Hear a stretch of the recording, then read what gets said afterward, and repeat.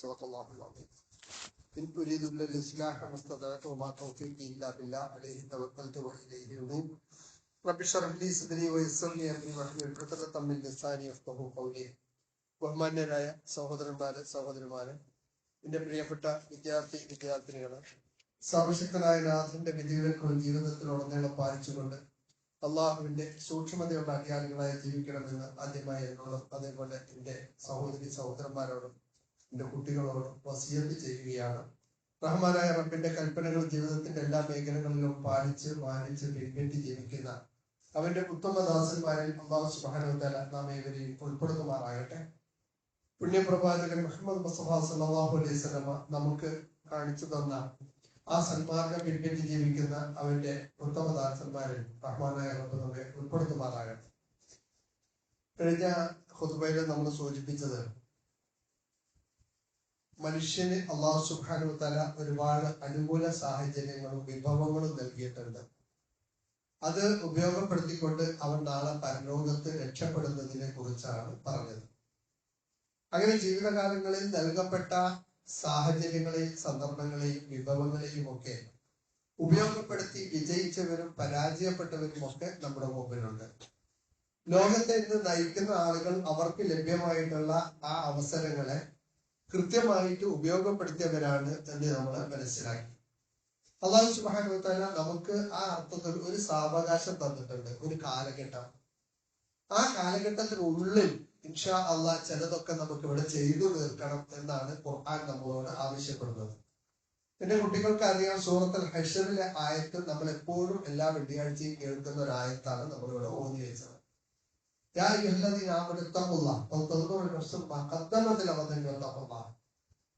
നിങ്ങൾ അള്ളാഹുവിനെ സൂക്ഷിക്കുക, നിങ്ങൾ ഓരോ ആത്മാവും നോക്കിക്കൊള്ളട്ടെ നാളേക്ക് വേണ്ടി എന്താണ് കരുതി വെച്ചിട്ടുള്ളത്.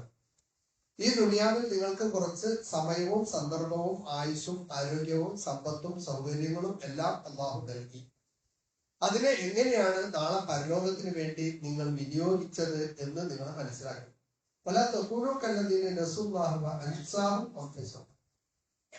സ്വയം വിസ്മൃതിയിലകപ്പെട്ട അള്ളാഹുവിനെ മറക്കുകയും അങ്ങനെ സ്വയം അവരുടെ ദൗത്യം തന്നെ മറന്നു പോവുകയും ചെയ്ത ഒരു പറ്റം ഫാസിക്കുകളെ പോലെ, ഒരു പറ്റം മോശപ്പെട്ട ആളുകളെ പോലെ നിങ്ങൾ ആയി പോകരുത്.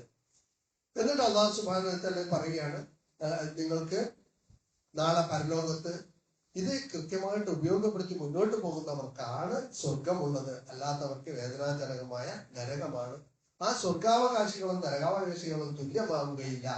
ആയതുകൊണ്ട് തന്നെ നാളെ പരലോകത്ത് വിജയിക്കുന്ന ആളുകളായി മാറേണ്ടതുണ്ട് എന്നാണ് നമ്മളോട് ഇതിലൂടെ പറഞ്ഞു തരുന്നത്. നമ്മൾ നോക്കുക, നമ്മളെ സംബന്ധിച്ചിടത്തോളം നമ്മുടെ ജീവിതത്തില് വളരെ കളിച്ചും ചിരിച്ചും ഒക്കെ ആയിട്ട് നമ്മൾ കാലം ഇങ്ങനെ കഴിച്ചു കൊണ്ടുപോകുമ്പോൾ നമ്മുടെ ജീവിതത്തിൽ നിന്ന് ലഭ്യമായിട്ടുള്ള അവസരങ്ങൾ ഒഴിഞ്ഞും അതേപോലെ തന്നെ ഇല്ലാതെയുമായി പോവുകയാണ് എന്ന് നമ്മൾ മനസ്സിലാക്കുന്നില്ല. അല്ലാഹു സുബ്ഹാനഹു വ തആല വിശുദ്ധ ഖുർആനിൽ നമ്മളോട് ചോദിക്കുന്നു, ഇഖ്തറബ ലിന്നാസി ഹിസാബഹും വഹും ഫീ ഗഫ്ലത്തിൻ മുഅ്രിദൂൻ. നോക്കുക, മനുഷ്യനെ സംബന്ധിച്ചിടത്തോളം അവന്റെ ഹിസാബിന്റെ ദിവസങ്ങൾ അടുത്തുകൊണ്ടിരിക്കുകയാണ്. അവനാണെങ്കിൽ വഹും ഫീ ഗഫ്ലത്തിൻ മുഅ്രിദൂൻ, അങ്ങേയറ്റത്തെ അശ്രദ്ധയിൽ ആണ്ടുപോയിരിക്കുകയാണ്. അവൻ ശ്രദ്ധക്കുറവിലാണ്, ഗഫ്ലത്തിലാണ്. അവന്റെ ദിവസങ്ങളാണ് ഇങ്ങനെ അടുത്തടുത്ത് വന്നുകൊണ്ടിരിക്കുന്നത്. നിങ്ങൾ ഈ റോഡിലൂടെ പോകുമ്പോൾ ചെറിയ ചെറിയ ചെറിയ ഹമ്പ് കണ്ടിട്ടുണ്ടോ? ചെറിയ വരയിട്ട പോലെ ഒരു ഹമ്പ് ഉണ്ടാവും. അതിനെന്താ പറയാന്നറിയോ നിങ്ങൾക്കറിയില്ല. അതിന്റെ സ്ലീപ്പ് ബ്രേക്കർ എന്നാണ് പറയുക. സ്ലീപ്പ് ബ്രേക്കർ എന്താണ് ഈ സ്ലീപ്പ് ബ്രേക്കർ എന്ന് പറഞ്ഞാല്, ഈ ഡ്രൈവർ ഇങ്ങനെ ഓടിച്ചുകൊണ്ട് ഇങ്ങനെ പോകുന്ന സമയത്ത് ചിലപ്പോ ഒന്ന് കണ്ണ് മാളിപ്പോകും, കണ്ണൊന്ന് അടഞ്ഞു പോകും. അങ്ങനെ വരുന്ന സമയത്ത് ഈ ചെറിയ ഈ സ്ലീപ്പ് ബ്രേക്കർ കൂടെ അങ്ങനെ ചാടുമ്പോ ആളൊന്ന് ഉണരും. അല്ലെങ്കിൽ ഇതിൽ ചാടുമ്പോഴാണ് ഇനി അടുത്തൊരു ജംഗ്ഷൻ വരാനുണ്ട്, ഞാൻ കുറച്ച് ജാഗ്രതയാകണം എന്ന് മനസ്സിലാക്കും. അല്ലാഹു സുബ്ഹാനഹു വ തആല പറയുന്നത്, ഇഖ്തറബ ലിന്നാസി ഹിസാബും, നിങ്ങളുടെ ഹിസാബിന്റെ ദിവസം ഇങ്ങനെ അടുത്തുകൊണ്ടിരിക്കുകയാണ്. നിങ്ങൾ ഈ ഗഫലത്തിലാണ്, പൂർണ്ണമായിട്ട് ഇതിൽ മറന്നുകൊണ്ട് ജീവിക്കുന്ന സമയത്ത് പടച്ചോൻ ചിലപ്പോൾ ചില സ്ട്രീറ്റ് ബ്രേക്കർ തരും. അത് ചിലപ്പോൾ ഭൂകമ്പമായിരിക്കും, ചിലപ്പോൾ സുനാമി ആയിരിക്കും, ചിലപ്പോൾ അത്യുഷ്ണമായിരിക്കും, ചിലപ്പോൾ അതിശൈത്യമായിരിക്കും, ചിലപ്പോൾ അതിവർഷമായിരിക്കും. ഇങ്ങനെ മനുഷ്യനെ കൊണ്ടൊന്നും ചെയ്യാൻ കഴിയാത്ത ചിലപ്പോൾ ചില രോഗങ്ങളായിരിക്കും. ഇപ്പൊ നമ്മുടെ വീട്ടിലെ ചിലപ്പോൾ കുടുംബത്തിലെ ചില ആളുകൾക്കൊക്കെ വന്ന ചില രോഗങ്ങളും ഉണ്ട്. നമ്മൾ ആകെ ബേജാറായി പോകും. പടച്ച തമ്പുരാൻ എന്തൊരവസ്ഥയാണ്, എന്തൊരു ദുരവസ്ഥയാണ് ഇതെന്ന് നമ്മൾ ചിന്തിച്ചും ആലോചിച്ചും പോകാറുണ്ട്. അപ്പൊ ഇവിടെ നമ്മൾ മനസ്സിലാക്കേണ്ടത് അതെല്ലാം നമുക്ക് അള്ളാഹുവിനെ കുറിച്ച് ചിന്തിക്കാൻ ഒരു അവസരമാണ്. അങ്ങനെ ചിന്തിക്കുവാനുള്ള അവസരങ്ങൾ വിശ്വാസിക്ക് ലഭിക്കുമ്പോൾ അവൻ അതിനെക്കുറിച്ച് ആലോചിച്ചുകൊണ്ട് അവൻ അവിടെ അന്തം വിട്ട് നിൽക്കുകയല്ല വേണ്ടത്.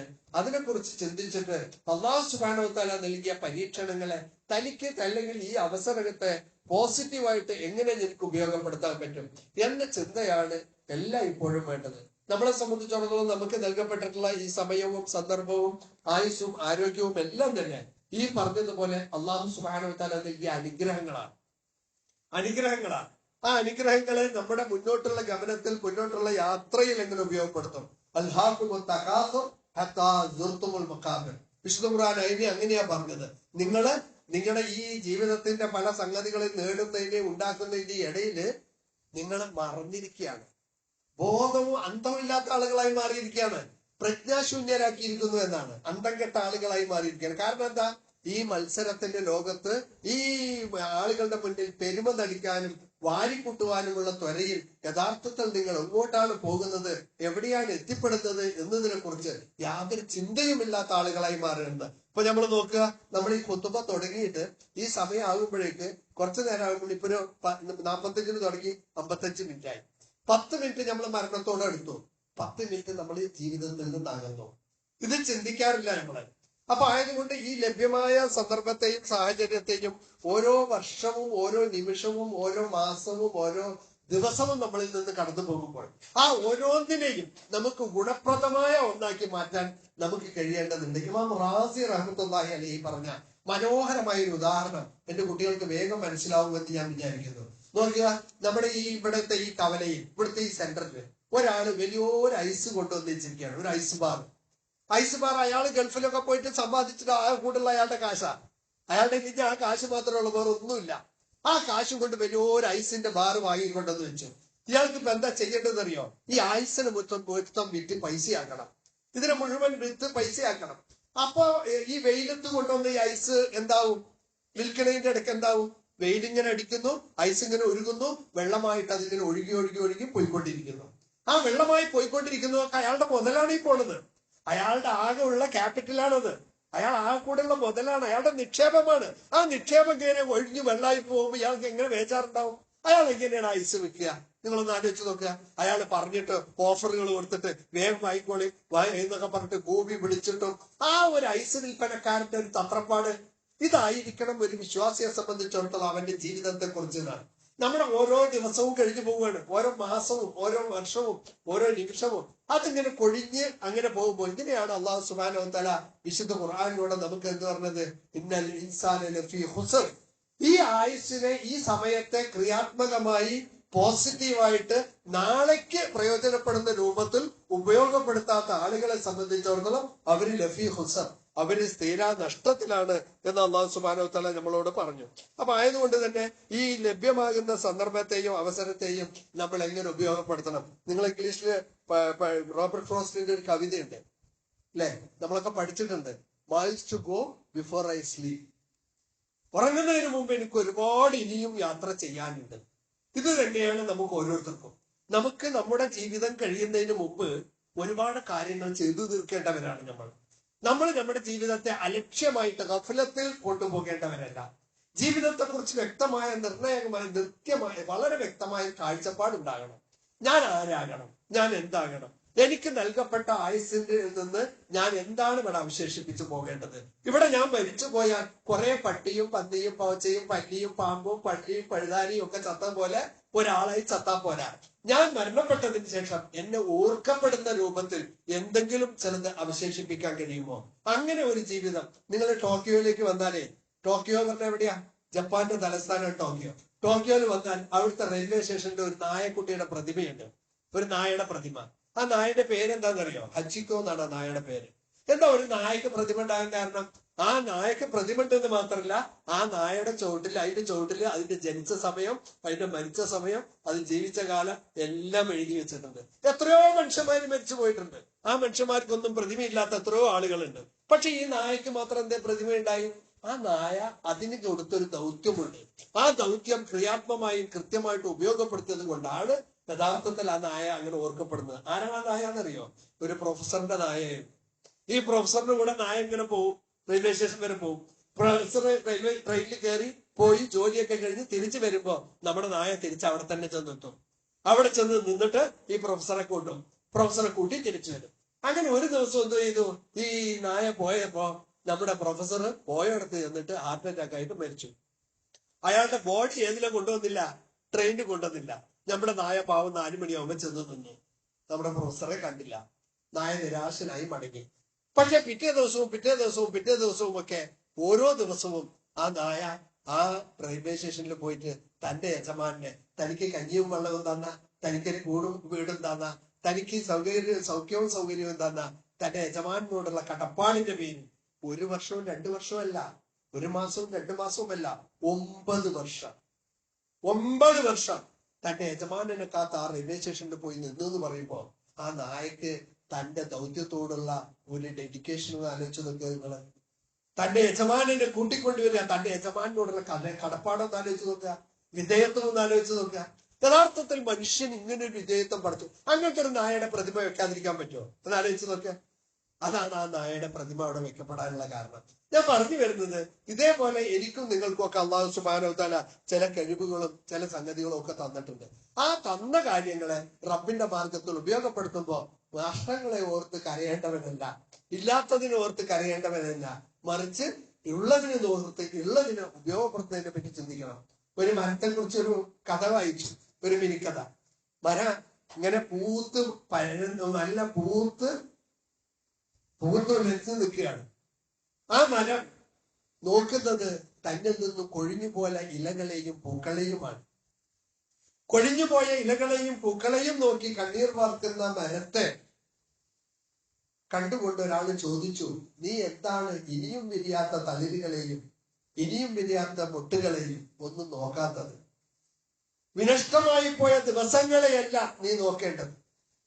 അതിനെ ഓർത്ത് കരഞ്ഞുകൊണ്ട് നിലവിലുള്ള കാലത്തെ കളയേണ്ടവനല്ല നീ ഇനി അങ്ങോട്ട് മുന്നോട്ട് പോകേണ്ടവനാണ്. നിനക്ക് ഇനിയും ഒരുപാട് മുകളങ്ങൾ വെറുക്കാനുണ്ട്, ഒരുപാട് തളിരുകൾ ഇടാനുണ്ട്, ഒരുപാട് പൂക്കൾ വരാനുണ്ട്, ഒരുപാട് കായകൾ അതിൽ വരാനുണ്ട്, ഒരുപാട് പഴങ്ങൾ അതിൽ നിന്ന് വരാനുണ്ട്. അതൊക്കെ ഈ സമൂഹത്തിന് കൊടുക്കാനുണ്ട്. അങ്ങനെ ഒരു ദൗത്യം മരത്തോട് പറയുന്നത് നിനക്ക് ഇനിയും ബാക്കിയുണ്ട്.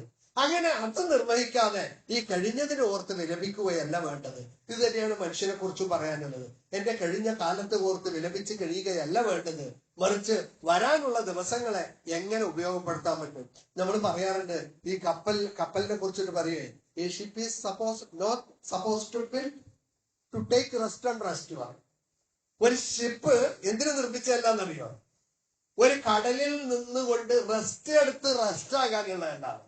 റെസ്റ്റ് ആയി അവരുടെ തുരുമ്പെടുക്കുക. ഒരു കടലിൽ നിന്ന് വെള്ളത്തിൽ ഇങ്ങനെ നിന്നിട്ട് ഒരു മറ്റേ നങ്കൂരം വിട്ട് നിൽക്കുന്ന ഷിപ്പിന് ടെൻഷൻ ഇല്ല. ഈ ആഴക്കടലിന്റെ വലിയ തിരമാലകളെ താണ്ടി പോകേണ്ടതില്ല, സേഫാണ്. ഒരു സേഫ് സോണിലാണ് ഉള്ളത്. പക്ഷെ ഒരു സേഫ് സോണിൽ നിൽക്കാൻ വേണ്ടിയിട്ടല്ല കപ്പലിനെ ഉണ്ടാക്കിയിട്ടുള്ളത്. എന്തിനാ? അത് ഈ വലിയ തിരമാലകളെ കീറി മുറിച്ചുകൊണ്ട് വലിയ ലക്ഷ്യത്തിലേക്ക് കപ്പലെത്തണം. അതിന് വേണ്ട ഒരുപാട് സാമഗ്രികൾ നിറച്ചു വെച്ച സാധനമാണ് ഈ കപ്പൽ. ആ കപ്പൽ ഒരു ഭാഗത്ത് റെസ്റ്റ് എടുത്ത് റെസ്റ്റ് ആകാനുള്ളതല്ല, ഒരു ഭാഗത്ത് വിശ്രമിച്ച് തുരുമ്പെടുക്കാനുള്ളതല്ല, മറിച്ച് നിങ്ങൾക്ക് അങ്ങോട്ട് മുന്നോട്ട് ഒരുപാട് പോകാനുണ്ട്. ആ മുന്നോട്ട് പോകുന്ന യാത്രയിൽ ഈ ഇടയില് തൊണ്ട് തടഞ്ഞ് കപ്പൽ നിൽക്കരുത് എന്ന് പറയും. തൊണ്ട് തടഞ്ഞ് കപ്പൽ നിൽക്കുക എന്ന് പറഞ്ഞാൽ എന്താ? തൊണ്ട് പറഞ്ഞാൽ അറിയോ? എന്റെ കുട്ടികൾക്ക് അറിയില്ല എന്ന് തോന്നുന്നു. തൊണ്ട് എന്ന് പറഞ്ഞു കഴിഞ്ഞാൽ നമ്മള് നാളികേരത്തിന്റെ ചകിരിയില്ലേ, ആ ചകിരിനെയാണ് പറയാ തൊണ്ട് തന്നെ. ആ തൊണ്ട് ചീക്കാന്നൊക്കെ പറയും. നമ്മൾ ആലപ്പുഴ ഭാഗത്തൊക്കെ ഉള്ളത്, നമ്മുടെ നാട്ടിൽ അത് ഉപയോഗപ്പെടുത്താറില്ല. ഈ ഒരു കപ്പൽ ഇങ്ങനെ പോകുമ്പോ ഒരു തൊണ്ട് ഇങ്ങനെ തടഞ്ഞു, ഒരു ചെറിയ ചകിരി തടഞ്ഞിട്ട് കപ്പലിൽ നിന്നാലോ എത്ര ഭക്ഷണതര അല്ലേ? വലിയൊരു ദൗത്യം. അതേപോലെ നിങ്ങൾ ഈ ദുനിയാവിലെ ഏതെങ്കിലും ചെറിയ സംഗതികളിൽ ഉടക്കി നിന്നുകൊണ്ട് നാളെ പരലോകമാകുന്ന വലിയ ലക്ഷ്യത്തിലേക്ക് യാത്ര ചെയ്യേണ്ടവരാ നിങ്ങൾ. അതിൽ നിന്നുകൊണ്ട് നിങ്ങൾ അങ്ങനെ ആകരുത്. ആയതുകൊണ്ട് നിങ്ങൾക്ക് തരുന്ന, നിങ്ങൾ അനുഭവിക്കേണ്ടി വരുന്ന ഏത് പ്രയാസങ്ങളെയും പോസിറ്റീവായിട്ട് നാളെ പരലോകത്തേക്ക്, നാളെ എന്റെ ഒരു ജീവിതത്തെ സാർത്ഥകമാകുന്നതിന് വേണ്ടി ഉപയോഗപ്പെടുത്തേണ്ടതുണ്ട്. നിങ്ങൾക്കറിയാം, ഞങ്ങളൊക്കെ ചെറിയ ക്ലാസ്സിൽ പഠിച്ചിട്ടുണ്ട് H.G. വെൽസ് പറഞ്ഞ ഒരാളുടെ കഥ. ഞാനൊക്കെ 10ാം ക്ലാസ്സിൽ പഠിക്കുമ്പോൾ പഠിച്ച ഓർമ്മയുണ്ട്. Herbert George Wells. ആരാന്നറിയാള്? ഹിസ്റ്ററി ഓഫ് ദ വേൾഡ് ലോകത്തിലെ വലിയൊരു ചരിത്രകാരനാണ്, വലിയ ചരിത്രകാരനാണ് H.G. Wells. History of Arabs, history of world, അതൊക്കെ എഴുതിയ പുസ്തകങ്ങളൊക്കെ എഴുതിയ ആളാണ് അദ്ദേഹം. വലിയൊരു ചരിത്രകാരനായ അയാൾ എങ്ങനെയാണെന്ന് അറിയാം. കുട്ടികൾ നിങ്ങളൊക്കെ ഉള്ള പ്രായത്തില് എല്ലാവരും കൂടെ കളിക്കുമ്പോ ഇവൻ തടിയില്ലാത്ത ചെക്കനാണ്. അപ്പൊ ഇവനെ പിടിച്ചൊരറ്റാണ് പൊന്തിക്കുന്നത്. പൊന്തിച്ചത് അങ്ങനെ വീണപ്പോ ഇവര് പിടിക്കാൻ വിട്ടുപോയി. അങ്ങനെ നടുവും തല്ലി വീണു. അങ്ങനെ ഇടുപ്പൊടിഞ്ഞ് അവിടെ കിടന്നു. സാധാരണ കുട്ടികളെ പോലെ പോകാനോ കളിക്കാനോ ചിരിക്കാനോ ഓടാനോ ഒന്നും കഴിയാതായി. അങ്ങനെ കിടന്ന കിടപ്പിനെ തനിക്ക് എങ്ങനെ പോസിറ്റീവായിട്ട് ഉപയോഗിക്കാമെന്ന് ആ കുട്ടി ആലോചിച്ചു. അങ്ങനെ അവിടെ കിടന്നുകൊണ്ട് അവൻ വായിച്ചു, പഠിച്ചു. ലോക ചരിത്രത്തില് ഒരുപാട് പുസ്തകങ്ങൾ ലോകത്തിന്റെ നാനാ ഭാഗത്തു നിന്ന് കൊണ്ടുവന്ന് അതിനെയൊക്കെ വായിച്ച് അവൻ അതിന് ലോകത്തെ ഏറ്റവും വലിയൊരു ചരിത്രകാരനായി മാറി. തനിക്ക് കിട്ടിയ ഒരു പരീക്ഷണത്തെ തനിക്ക് പോസിറ്റീവായിട്ട് തന്റെ ജീവിതത്തിൽ കയറി പോകാനുള്ള പടിയായിട്ട്, തന്റെ ജീവിതത്തിൽ ലഭിച്ച ഒരു പരീക്ഷണത്തെ തനിക്ക് കയറി പോകാനുള്ള ഒരു പടിയായിട്ട് ഉപയോഗപ്പെടുത്തിയ ആളാണ്. ഇപ്പൊ നിങ്ങൾ ഈ ഷെൽഫിൽ കാണുന്ന 2 തഫ്സീറുകളുണ്ട്, 2 ഖുർആൻ പരിഭാഷകളുണ്ട്, ഖുർആൻ വിശദീകരണങ്ങളുണ്ട്. ഒന്ന് ഫീൽ ഇലാലിൽ ഖുർആൻ എന്ന് പറയും, മറ്റൊന്ന് തൊഫീമുൽ ഖുർആൻ എന്ന് പറയും. ഒന്ന് സയ്യിദ് മൗദൂദിയുടേതാണ്, മറ്റൊന്ന് മർഹൂം സയ്യിദ് ഖുതുബിന്റേതാണ്, ഷഹീദ് സയ്യിദ് ഖുതുബിന്റേതാണ്. ഈ 2 പുസ്തകങ്ങളും ഉണ്ടായത്, ഈ 2 കിതാബുകളും ഉണ്ടായത് ജയിലുകളിൽ നിന്നാണ്. അവരെ ജയിലിലടയ്ക്കപ്പെട്ടു. ഈ പറയപ്പെട്ട മഹാപണ്ഡിതന്മാർ അവര് ജയിലിലടയ്ക്കപ്പെട്ടു. ഭരണകൂടത്തിന്റെ ക്രൂരകൃത്യങ്ങളുടെ ഭാഗമായിട്ട് അവർ ജയിലിലടയ്ക്കപ്പെട്ടപ്പോ ജയിലിൽ എന്താ ചെയ്യാൻ കഴിയുക എന്ന് പറഞ്ഞ് ഇരിക്കല്ലേ ചെയ്ത് ലഭ്യമാകാവുന്ന പുസ്തകങ്ങളും കാര്യങ്ങളും ഒക്കെ വരുത്തി ആ ജയിൽവാസത്തെ ലോകത്തിന് മുമ്പിൽ ആളുകൾ ഓർക്കപ്പെടുന്ന, അവർ 2 പേരും മരണപ്പെട്ടിട്ട് ഒരുപാട് കാലമായി. എന്റെയും നിങ്ങളുടെയും ഷെൽഫിലിരിക്കുന്നു, ഞാനും നിങ്ങളൊന്നും അത് വായിക്കുന്നു. ഇന്നൊക്കെ നമ്മൾ വായിക്കുമ്പോൾ ഓരോ ദിവസവും നമ്മുടെ മുന്നിൽ വന്നുകൊണ്ട് വിശുദ്ധ ഖുർആനിന് വ്യാഖ്യാനം നൽകുന്ന ആളുകളായി അവര് മാറിപ്പോയിരിക്കുന്നു. ഈ അർത്ഥത്തിൽ അല്ലാഹു സുബ്ഹാനഹു വ തആല നമുക്ക് നൽകപ്പെട്ട ജീവിതത്തെ, സാവകാശത്തെ, സന്ദർഭത്തെ ഏറ്റവും നന്നായിട്ട് ഉപയോഗപ്പെടുത്താൻ വേണ്ടി പറഞ്ഞതായിട്ട് നമുക്ക് കാണാൻ കഴിയും. പ്രവാചകൻ സല്ലല്ലാഹു അലൈഹി വസല്ലമയോട് ചോദിച്ചു, അയ്യുന്നാസു ഖൈർ, ജനങ്ങളിൽ ആരാണ് മെച്ചപ്പെട്ടവൻ, ആരാണ് ഉത്തമൻ എന്ന് ചോദിച്ചപ്പോൾ നബി സല്ലല്ലാഹു അലൈഹി വസല്ലം പറഞ്ഞു, മൻ ത്വാല ഉംറുഹു വഹസന അമലഹു, ആർക്കാണോ നല്ല ആയുസ് കൊടുത്തത്, ആ ആയുസിനെ ഏറ്റവും നന്നായിട്ട് ഉപയോഗപ്പെടുത്തിയത്, അവനാണ് നിങ്ങളുടെ കൂട്ടത്തിലെ മെച്ചക്കാരൻ. നിങ്ങളുടെ നല്ലവനാരാണെന്ന് ചോദിച്ചാൽ ലഭ്യമായ ആയുസിനെ, ലഭ്യമായ സന്ദർഭത്തെ ഏറ്റവും മനോഹരമായിട്ട്. കുറെ ആയുസ്സുണ്ടായി, ഒരു പ്രയോജനവും ഇല്ല. നേരത്തെ പറഞ്ഞ പോലെ പോത്തും പട്ടിയൊക്കെ ചത്തമാരി ചത്തുപോയി. മൂപ്പരെ കൊണ്ട് ഈ ദുനിയാവിൽ യാതൊരു കാര്യമില്ല. അങ്ങനത്തെ ഒരാളാണെങ്കിൽ അവൻ ഷെറുൻ നാസിലാക്കാണ്, ആളുകൾക്ക് ഒരു പ്രയോജനം ഇല്ലാത്ത മനുഷ്യൻ. പക്ഷെ റസൂൽ സല്ലല്ലാഹു അലൈഹി വസല്ലം പറഞ്ഞു, നിങ്ങൾ എങ്ങനെയാകണം, നിങ്ങൾക്ക് ലഭ്യമായിട്ടുള്ള ആ ആയുസ്സിനെ ഏറ്റവും മനോഹരമായിട്ട് നിങ്ങൾ ഉപയോഗപ്പെടുത്തുന്ന ആളുകളായിട്ട് മാറാൻ കഴിഞ്ഞാൽ അൽഹംദുലില്ലാ വളരെ നന്നായി എന്ന് നമുക്ക് എടുത്തു പറയപ്പെട്ടിരിക്കുന്നു. അങ്ങനെ നമ്മൾ എടുത്ത് പരിശോധിച്ചു നോക്കിയാൽ ചില ആളുകളുടെ ജീവചരിത്രങ്ങളൊക്കെ നമുക്ക് കാണാൻ കഴിയും. ആ ആളുകളൊക്കെ അവരുടെ ജീവിതത്തിന്റെ അവസാന കാലത്ത് പരിതപിച്ച ചില സന്ദർഭങ്ങൾ. രവീന്ദ്രനാഥ ടാഗോർ അറിയില്ലേ? അറിയാം. നോബൽ പ്രൈസ് ഒക്കെ കിട്ടിയ ഒരു വിശ്വസാഹിത്യകാരനാണ് രവീന്ദ്രനാഥ ടാഗോർ. ടാഗോർ തന്റെ അവസാന കാലത്ത് പറഞ്ഞൊരു വർത്തമാനമുണ്ട്. തന്റെ മരണത്തെ ലോകത്ത് വിജയത്തിന്റെ വെന്നിക്കൊടി പാലിച്ച് ലോകം മുഴുവൻ അറിയപ്പെട്ട ഒരുപാട് സാഹിത്യ സമ്പത്തിന്റെ ഉടമയായി ജീവിതത്തെ സമ്പൂർണമായി സമർപ്പിച്ച ഒരു മനുഷ്യൻ അവസാനം പറഞ്ഞൊരു വർത്തമാനമുണ്ട്. എന്താണെന്നറിയോ? ഞാനൊരു പടുപാട്ടുകാരനെ പോലെ ആയിപ്പോയി. അതായത് ഒരു പാട്ടുകാരൻ തനിക്ക് കിട്ടിയ സംഗീതോപകരണത്തെ റിപ്പയർ ചെയ്തിട്ട് അവസാനം പാട്ട് പാടാൻ സമയം കാണാത്ത ഒരു പൊട്ട പാട്ടുകാരൻ, ഒരു മോഴത്തക്കാരൻ, ഒന്നും കൊള്ളാത്ത ആള്, ഒരു പൊട്ടനായ വിഡ്ഢിയായ ഒരാളായി മാറിയല്ലോ ഞാൻ. ആ പറഞ്ഞതിന്റെ അർത്ഥം മരണം ഇങ്ങോട്ട് അടുത്തപ്പോ ഇനിയും ഒരുപാട് ചെയ്യാനുണ്ട്. നേരത്തെ പറഞ്ഞല്ലേ, miles to go before I sleep, ഉറങ്ങുന്നതിന് മുമ്പ് എനിക്ക് ഒരുപാട് നടക്കേണ്ടതുണ്ട് പറഞ്ഞ പോലെ ഇനിയും എനിക്ക് ഒരുപാട് ചെയ്യേണ്ടതുണ്ട്, ഒരുപാട് നിർവഹിക്കേണ്ടതുണ്ട്. പക്ഷേ എന്റെ സമയം എടുത്തു പോയല്ലോ എന്ന് വിലപിക്കുന്ന ആളുകളായിട്ട് നിങ്ങൾ മാറരുത്. ലഭ്യമായ സന്ദർഭത്തെ ഏറ്റവും മനോഹരമായിട്ട് ഉപയോഗപ്പെടുത്തുന്ന ആളുകളുടെ കൂട്ടത്തിൽ ആകേണ്ടതുണ്ട് നിങ്ങൾ എന്നാണ് അല്ലാഹു സുബ്ഹാനഹു വ തആല നമുക്ക് ഈ വിഷയത്തിലൂടെ പറഞ്ഞത്. വേറൊരാളെ ഞാൻ പരിചയപ്പെടുത്തി തരാം. തമിഴ്നാട്ടിലെ ഒരു സാഹിത്യകാരിയാണ്. തമിഴ് സാഹിത്യകാരന്മാരുടെ ഒരു സമ്മേളനം അമേരിക്കയിൽ വെച്ച് നടത്തുന്നു. അതിന് നമ്മുടെ ഈ സാഹിത്യകാരി പോകുന്നു. ശിവശങ്കരി എന്നാണ് അവരുടെ പേര്. ഇവരവിടെ പോകുന്നു. ഇവരവിടെ ചെന്നതിന് ശേഷം അമേരിക്കയിൽ ചെന്ന് ഈ സാഹിത്യ സമ്മേളനത്തിലൊക്കെ കഴിഞ്ഞപ്പോ അമേരിക്കന്റെ ഗസ്റ്റ് ആയിട്ട് പോയതാണല്ലോ. അപ്പൊ അമേരിക്കക്കാർ ചോദിച്ചു, ഗവൺമെന്റ് ഒന്ന് ചോദിച്ചു, നിങ്ങൾക്ക് എന്താണ് ആഗ്രഹം എന്ന് ചോദിച്ചു. അപ്പൊ പറഞ്ഞു എനിക്ക് അമേരിക്ക ഒക്കെ ഒന്ന് ചുറ്റിക്കാണുന്നു പറഞ്ഞു. യെസ്, നാളെ രാവിലെ നിങ്ങൾക്ക് അതിന് വേണ്ട ആളെ ഏർപ്പാട് ചെയ്തു തരാം എന്ന് പറഞ്ഞ് പിറ്റേ ദിവസം രാവിലെ ഇവര് ലോഡ്ജ് റൂമിൽ നിന്ന് ഡ്രസ്സൊക്കെ മാറ്റി നിൽക്കുമ്പോ കറക്റ്റ് 8 മണി പറഞ്ഞ 8 മണി 7:59 വലിയൊരു വണ്ടി വന്ന് നിൽക്കുന്നു അവിടെ ഒരു പ്രത്യേക ശബ്ദത്തോടെ. അതിൽ നിന്നിട്ട് 80 വയസ്സുള്ള ഒരു തള്ള ചാടി ഇറങ്ങുന്നു. നമ്മുടെ വയസ്സിൽ നമ്മുടെ ഭാഷയിൽ പറഞ്ഞ ഒരു തള്ള ചാടി ഇറങ്ങിയിട്ട്, ഹലോ മാഡം വരൂ, നിങ്ങളെ അമേരിക്ക ചുറ്റി കാണിച്ചു തരാൻ വേണ്ടി, നിങ്ങൾ ഇവിടെ ഹിസ്റ്റോറിക്കൽ പ്ലേസസ് ഒക്കെ കാണിച്ചു തരാൻ വേണ്ടി എന്നെ ഏൽപ്പിച്ചതാണ്. ഈ നമ്മുടെ സാഹിത്യകാരിക്ക് നമ്മുടെ നാട്ടിൽ അങ്ങനെ ഇല്ലല്ലോ, എനിക്ക് കയ്യും കാലും ഒക്കെ മറിച്ചു. എങ്ങനെ നിങ്ങളുടെ വണ്ടിയിൽ വരിക? നിങ്ങൾ ഒന്നും മേടിക്കണ്ട, ധൈര്യമായിട്ട് കയറിക്കോളൂ.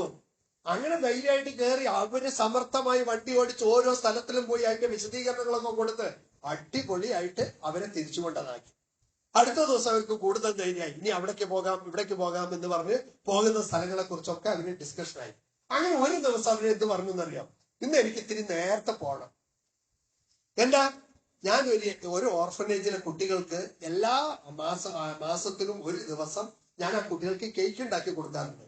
എത്ര കുട്ടികൾക്ക്? 160ഓളം കുട്ടികൾക്ക്, ഒരുപാട് കുട്ടികൾക്ക്. ആ ഒരുപാട് കുട്ടികൾക്ക് എന്റെ കൈകൊണ്ട് കേക്ക് ഉണ്ടാക്കിയിട്ട് ഞാൻ കൊണ്ടേ കൊടുക്കും. ഇന്ന് ആ ദിവസമാണ്, ആയതുകൊണ്ട് എനിക്കിതിന് സമയം തരണം. അപ്പൊ ഇവര് ചോദിക്കാണ്, 80 വയസ്സുള്ള നിങ്ങളാണോ പോയിട്ട് ഇതൊക്കെ ചെയ്യാൻ പോകുന്നത്?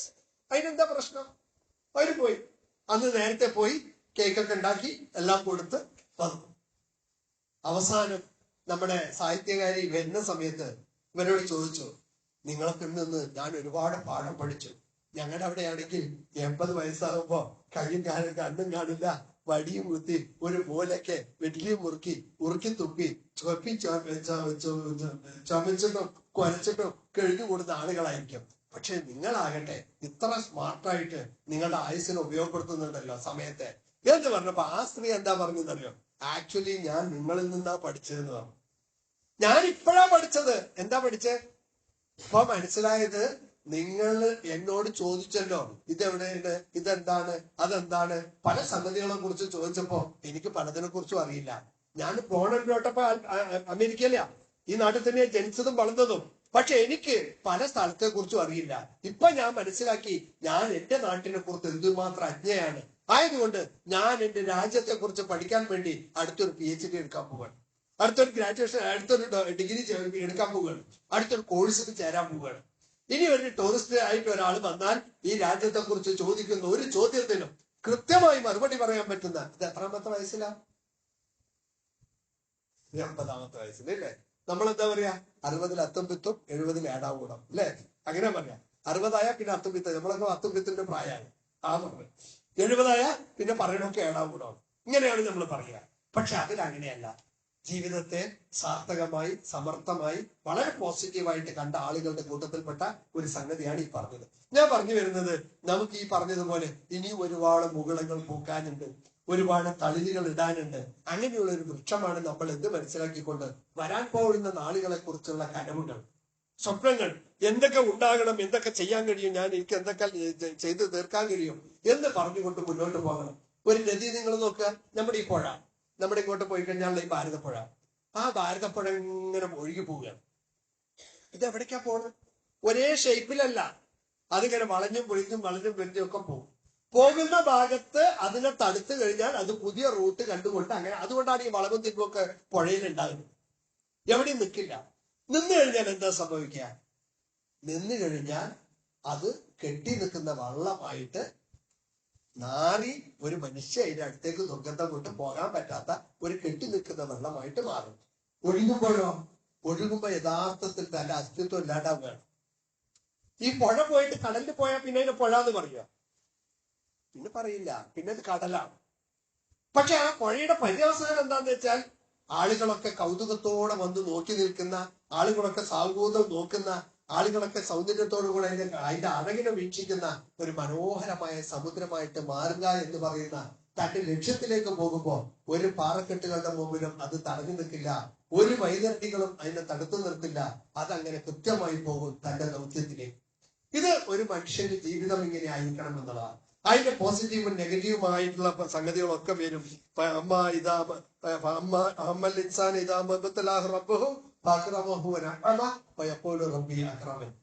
അവന് ചില നിയമത്തൊക്കെ കിടുമ്പോ അവന് അൽഹംദുലില്ലാ എന്നെ അവൻ ഇതാക്കി അനുസരിച്ചു.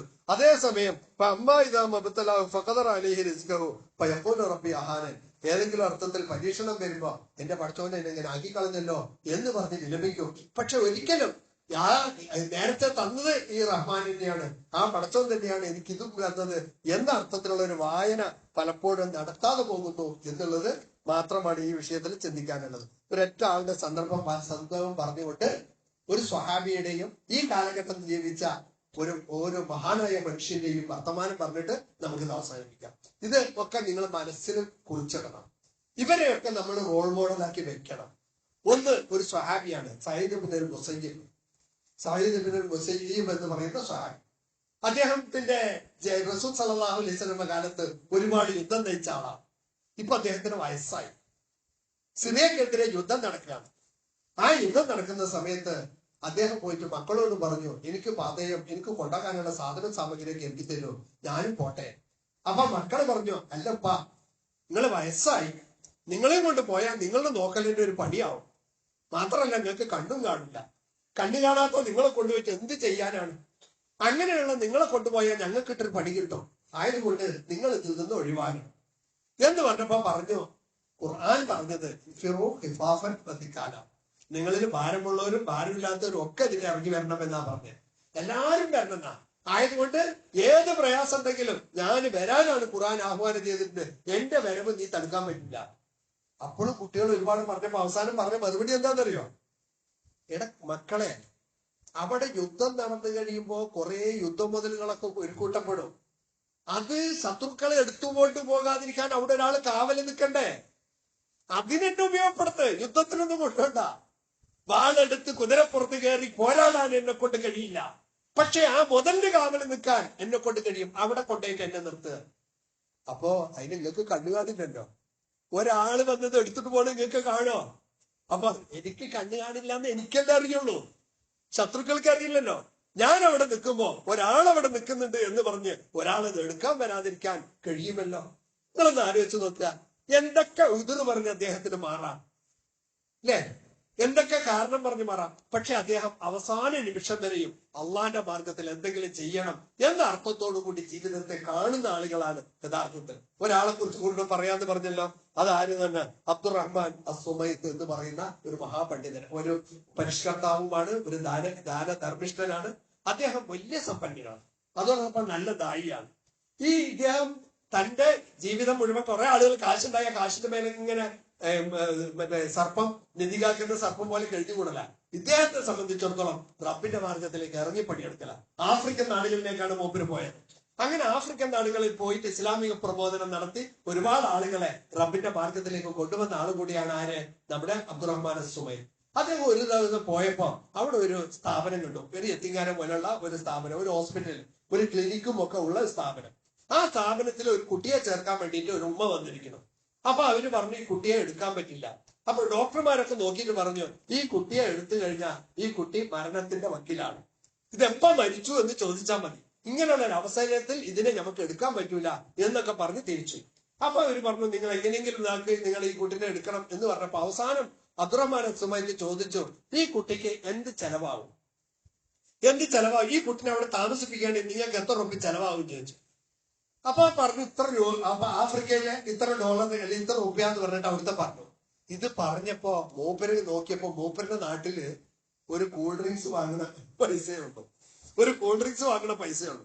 അപ്പൊ മൂപ്പര് പറഞ്ഞു, ആ പൈസ ഞാൻ തരാം എന്ന് പറഞ്ഞിട്ട് ഒരു ബ്ലാങ്ക് ചെക്കും എഴുതി കൊടുത്തു.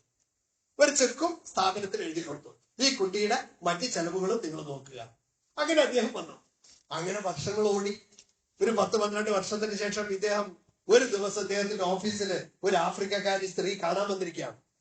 3 ദിവസമായി താങ്കളെ കാണാൻ വന്ന് തിരിച്ചു പോണ ഒരു സ്ത്രീ വന്നിട്ടുണ്ട്. എന്താ സംഭവം ചോദിച്ചു.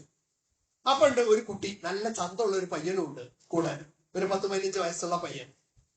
അവർ പറഞ്ഞു, ഞാനിങ്ങനെ ആഫ്രിക്കക്കാരിയാണ്, ഇതെന്റെ മോൻ അബ്ദുറഹ്മാനാണ്, ഇവൻ ഖുർആൻ ഹാഫിളാണ്, നല്ലവണ്ണം പഠിച്ചിട്ടുണ്ട്, ഹദീസുകളൊക്കെ ഓതിയിട്ടുണ്ട്, വളരെ ഇതായിട്ടുള്ള ആളാണ്, ആയതുകൊണ്ട് ഇങ്ങനെയൊക്കെ പഠിച്ചിട്ടുണ്ട്.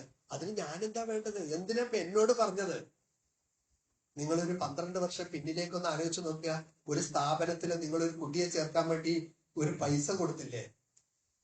ആ മരിക്കും എന്ന് പറഞ്ഞ ആ കുട്ടിയാണിത്. നാളെ മരിക്കും. ഇനി അപ്പൊ ഇദ്ദേഹം വിചാരിച്ച ആ കുട്ടി മരിച്ചിട്ടുണ്ടാവുന്ന.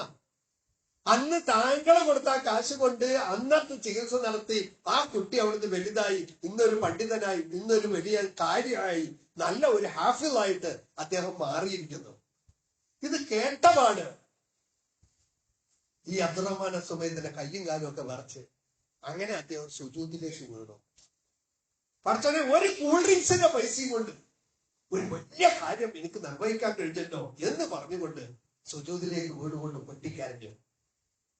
നിങ്ങൾ ആലോചിച്ച് നോക്കുക, ചിലപ്പോഴൊക്കെ ഇതേപോലെ ചെറിയ കാര്യങ്ങൾ കൊണ്ടായിരിക്കും വലിയ സംഗതികൾ നമുക്ക് കീഴ്പ്പെടുത്താനും പ്രാപിക്കാനും ഒക്കെ കഴിയുക. ആയതുകൊണ്ട് അല്ലാഹു സുബ്ഹാനഹു വ തആല നമുക്ക് നൽകപ്പെട്ട ഈ സന്ദർഭത്തെയും സാഹചര്യത്തെയും വളരെ കൃത്യമായിട്ട് ഉപയോഗപ്പെടുത്തുന്ന ആളുകളായിട്ട് മാറണം. അതിന് റഹ്മാനായ റബ്ബ് നമുക്ക്